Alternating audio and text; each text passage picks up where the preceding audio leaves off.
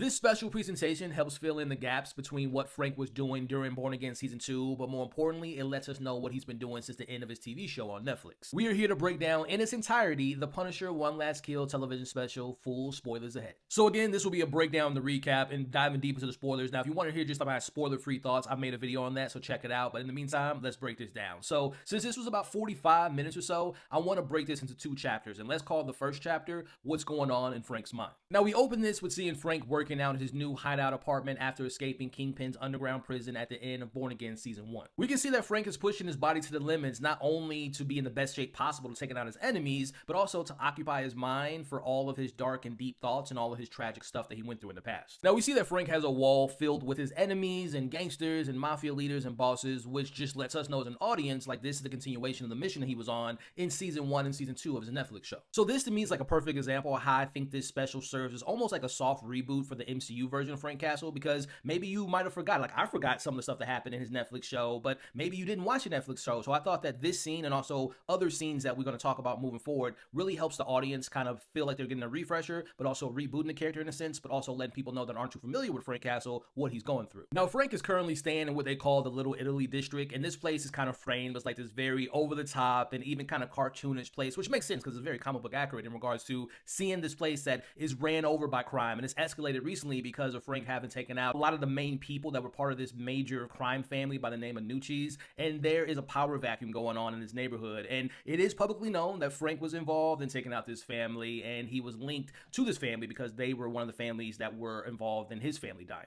Again, we see the streets are chaotic and people are dying left and right, and they're doing all types of evil things. For example, we see this homeless man minding his business until this random group of guys attack him, and they take his stuff, and they take his dog, which broke my heart because we see this guy throw his dog in front of a garbage truck, killing it. And I was at that point when I was watching, I'm like, I don't care what happens in this special as long as this MFer dies. But back to Frank, we see him in his apartment repeating the mission mantra he would say with him and his team when he used to go on their missions, and he sees some of his old friends and his close friends, and one of them being Curtis, who we remember from his TV show on Netflix. Again, it's important to remember that this is all happening in Frank's head. He doesn't actually see his friends in the room with him. But going back to Curtis, for those that might forgot, he was close to Frank. He served with Frank. He also had a therapy session to help people like himself and Frank, and he was left alive. Like, he's not dead, so he's still somewhere in the MCU. I hope that we get to see him again. But nonetheless, we see Frank seeing this vision of Curtis, and he's asking for help. Again, Frank's having these visions throughout this special, and he's having moments where they're giving him like good words of encouragement, but at the same time, they're calling Frank out and saying that he'll never be able to find peace or have forgiveness. Now, we get to see Frank out and about, and he's staying low-key, and he's trying to get some fresh air, get a cup of coffee at the local donut shop that's ran by this family who's going to be important a little bit later. Now, while out, this is where we see Frank still visits his family's grave, and he does this twice in the episode, and this is where we get to see Jon Bernthal really show off his acting chops and show his vulnerable side of Frank Castle and see how much pain he's still dealing with after losing his family. Now, at one point, when he visits his family at the first time, we get to see that he's having happy memories of his family, of his wife and his kids, and then it turns into a nightmare because he's reliving the moments of when they died, right? Like I said, this is where the show is the special is trying to serve as like a reminder, but also a refresher, but also letting people know what happened to Frank if, again, they're not too familiar with his backstory.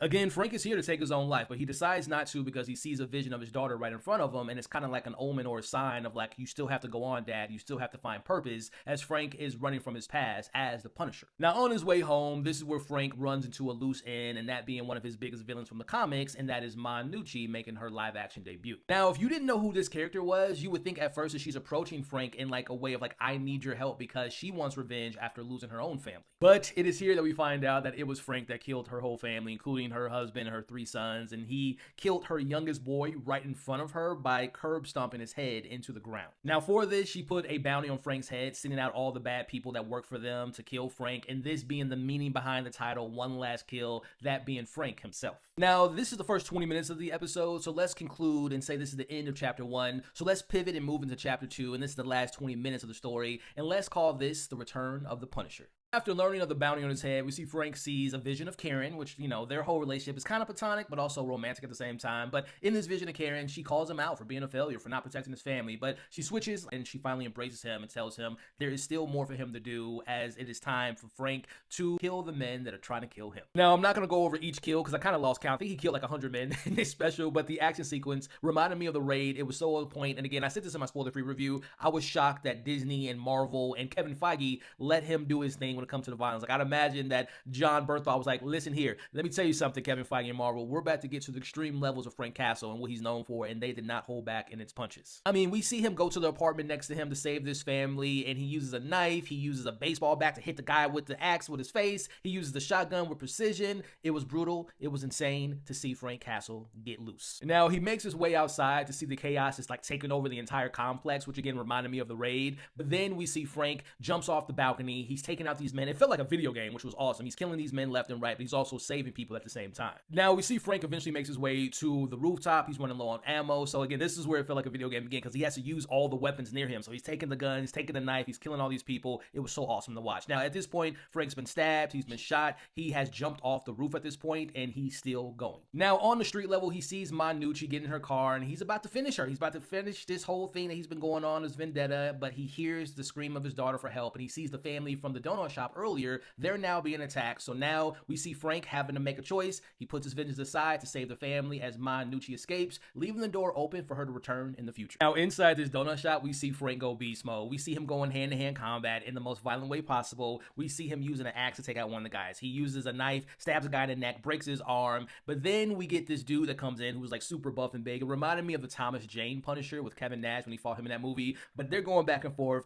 But then Frank goes straight John Wick style because he takes a pin and he's stabbing the guy in all his arteries and he stabs him in the face. The most violent kill of the special. Now we end with Frank saving the family, and the little girl who reminded him of his own daughter hands him a flower that she made. And after this encounter, we see Frank has found his purpose again, and that being saving people in need while punishing those who have done wrong in the process. Now Frank visits his family grave again, and he puts the flower that he got from a little girl on his daughter's grave, and he tells his daughter like he felt that she was with him throughout the day. He finds this key, which he uses like a metaphor to open himself up again, as he recites the book that he used to read to his daughter, and it's the classic one batch, two batch, penny a dime, as Frank will keep going to bringing back someone that is important to who he used to be. Our last scene shows the neighborhood slowly getting back to being normal as the guy who killed the guy's dog at the beginning is back to attack a black family. I'm pretty sure that guy was racist, but we see Frank now dressed in his new suit. He has his new look, and he stops this guy. He gives the homeless man his hat back, but then the homeless guy say that wasn't all he took from me because obviously he killed his dog. As we see, the Punisher punishes the guy by killing him, and we end the special. So that last scene there just lets us know where Frank's at as the Punisher again, and leads right into Spider-Man Brand New Day and where we're going to see Frank and where he's at. And again, this showed us what he was doing after his Netflix special, but also what he was doing during Born Again Season 2, which I am shocked that they didn't just make this an episode of Born Again, because it would have made that season so much better, which, by the way, I thought this special was better than any of the Born Again. I'm not trying to hate on Born Again. I thought Season 2 was better than Season 1, but nonetheless,